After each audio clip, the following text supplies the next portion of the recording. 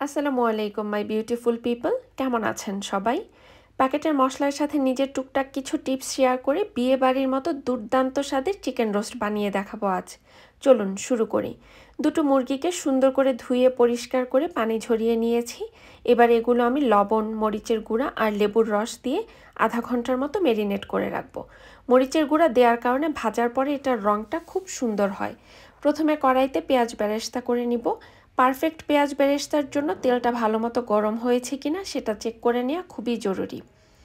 আমি একসাথে প্রায় 3 কাপের মতো পেঁয়াজ বেরেস্তা করে নিচ্ছি।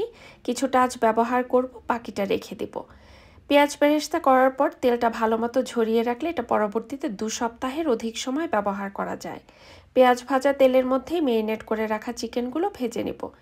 একে একে সবগুলো চিকেন ভাজা হয়ে গেলে তেলটা ছেঁকে এখান থেকেই আমি আধা কাপ পরিমাণ তেল নিয়ে রান্না শুরু করব।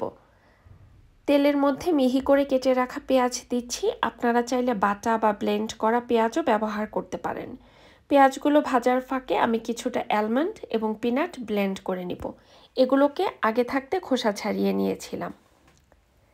পেঁয়াজগুলো একটু বাদামি রং হলে এর মধ্যে 3 টেবিল স্পুনের মতো আদা রসুন পেস্ট দিয়ে ভালো মতো ভেজে নিব।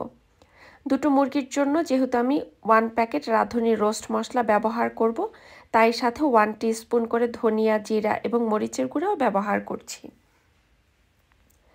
এবার রোস্টের মশলাটা দিয়ে হালকা একটু পানি দিয়ে ভালো মতো কষিয়ে নিব, সাথে স্বাদ মতো লবণ। মশলাটা কষানো হয়ে গেলে দিয়ে দিচ্ছি হাফ কাপ টক দই এবং 2 টেবিল স্পুন পেস্ট করে রাখা বাদাম। ট্রাস্ট মি, এই বাদামের পেস্টটা দেওয়াতে রোস্টের ঝোলটা আরও বেশি মজা হয়। মশলাটা ভালো মতো কষানো হয়ে গেলে আমি ভেজে রাখা চিকেনগুলো দিয়ে ভালো মতো নেড়ে মিশিয়ে নিব। এই রান্নায় আমি কোনো রকম পানি ব্যবহার করব না। পানির পরিবর্তে আমি এখানে 1 কাপের মতো ফুল ক্রিম লিকুইড মিল্ক দিয়ে দিব চিকেনটা সফট হওয়ার জন্য।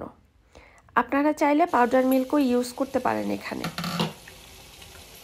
10 থেকে 15 মিনিট মিডিয়াম লো হিটে ঢেকে রান্না করে নিব। মাঝে মাঝে ঢাকনা উঠিয়ে আলতো হাতে নেড়ে দিব যাতে লেগে না যায়। নাড়ার সময় খেয়াল রাখতে হবে টুকরোগুলো যাতে না ভাঙে, তাহলে দেখার সৌন্দর্য একটু কমে যাবে। যখন উপরে তেল ভেসে উঠতে শুরু করবে তখন গোটা কয়েকটা কাঁচা মরিচ, পেঁয়াজ বেরেস্তা এবং আলু বোখারা দিয়ে নেড়ে দিব।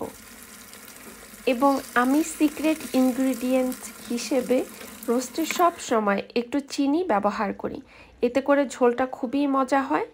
শেষে ঘ্রাণটাকে আরও সুন্দর করতে 1 টুকরো বাটারও দিয়ে দিচ্ছি। বাটারটা মেল্ট হয়ে গেলে দেখবেন রোস্টের চেহারাটা কি পরিমাণ সুন্দর হয়েছে। ব্যাস, হয়ে গেল আমার ঝটপট মজাদার চিকেন রোস্ট। যে কেউ চাইলেই এটা ঘরে বসে বানিয়ে নিতে পারবেন। শুধু 1 প্যাকেট রাঁধুনি গুঁড়া মশলা বাজার থেকে নিয়ে আসলেই হবে। বাকি সব জিনিস আমাদের হাতের নাগালে ঘরে সব সময়ই থাকে। ভিডিওটি দেখার জন্য সবাইকে ধন্যবাদ। আমার ভিডিওটি যদি ভালো লাগে তাহলে লাইক, কমেন্ট, ফলো করে অবশ্যই পাশে থাকবেন। আল্লাহ হাফেজ।